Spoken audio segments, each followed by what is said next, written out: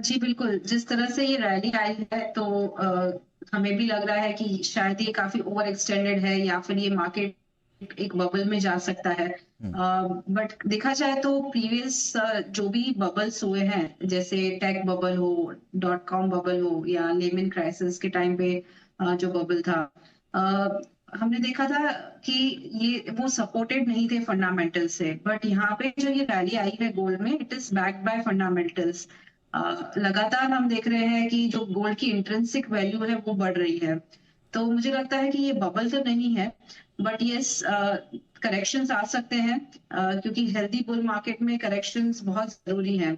और एक ये भी चीज़ होती है कि अगर कोई बुल मार्केट है उसमें काफ़ी टाइम तक हम ओवरबॉट लेवल्स पे भी रह सकते हैं। टेक्निकली अगर आप इन टर्म्स में देखेंगे तो ज़रूरी नहीं है कि मार्केट ओवरबॉट हो गया तो सेल ऑफ आना चाहिए। In a healthy bull market overbought conditions में 1 साल, 1.5 साल तक भी कोई एसेट क्लास रह सकता है, इसमें कोई हुँ, प्रॉब्लम नहीं है। हुँ, हुँ, एंड जैसे आप बोल रहे हैं कि काफ़ी फैक्टर्स है वो नेगेटिव हो सकते हैं। येस, जैसे इंटरेस्ट रेट कट की बातें हो रही है, वो शायद इतना कट ना हो या जियोपॉलिटिकल टेंशन्स कम हो जाएँ, टैरिफ्स की एग्रीमेंट हो जाए, तो ये सारे फैक्टर्स हैं जो नेगेटिव हो सकते हैं, जिसकी वजह से हम देखेंगे प्राइसेस में रिट्रेसमेंट करेक्शन आएगा। बट उसके सामने फिर दूसरे पॉजिटिव फैक्टर्स भी आ रहे हैं उभर कर, जो प्राइसेस को ज्यादा गिरने नहीं दे रहे हैं। लगातार हम यही देख रहे हैं कि यूएस की जो डेट लेवल्स है वो सबसे बड़ा प्रॉब्लम है। आई मीन वो that is biggest elephant in the room, जिसकी वजह से हमने देखा कि यूएस गवर्नमेंट शटडाउन चल रहा है, आगे चल के उनके डेफिसिट्स बढ़ रहे हैं, उनकी इंटरेस्ट पेमेंट इतनी बढ़ रही है।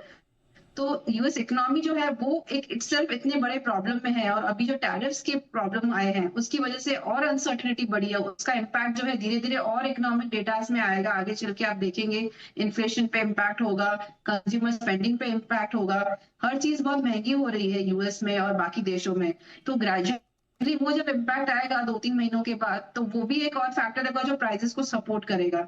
तो यस, कई फैक्टर्स नेगेटिव हो जाएंगे बट नए पॉजिटिव फैक्टर्स भी आएंगे जो प्राइसेस को सपोर्टेड रखेंगे। तो बहुत बड़ा करेक्शन इसलिए एक्सपेक्टेड नहीं है क्योंकि गोल्ड की एक खुद की इंट्रिंसिक वैल्यू है, and this rally is backed by fundamentals. तो जिस तरह से गोल्ड ने पिछले 20 सालों में हम कहें तो 14-15% का सीएजीआर रिटर्न दिया है, आगे भी मुझे लगता है कि ये रिटर्न कंटिन्यू रहेगा। आने वाले सालों में हम 14 से 15% एटलीस्ट सीएजीआर रिटर्न प्राइजेस में जरूर देखेंगे। तो जो लॉन्ग टर्म इन्वेस्टमेंट के लिए सोच रहे हैं वो हर डिप्स पे खरीदें या एसआईपी करें। सबसे बेस्ट तरीका वही होता है कि आप स्टैगर्ड वे में गोल्ड खरीदें, तो आपका ओवरऑल रिस्क एडजस्टेड रिटर्न अच्छा बना रहता है। हुँ।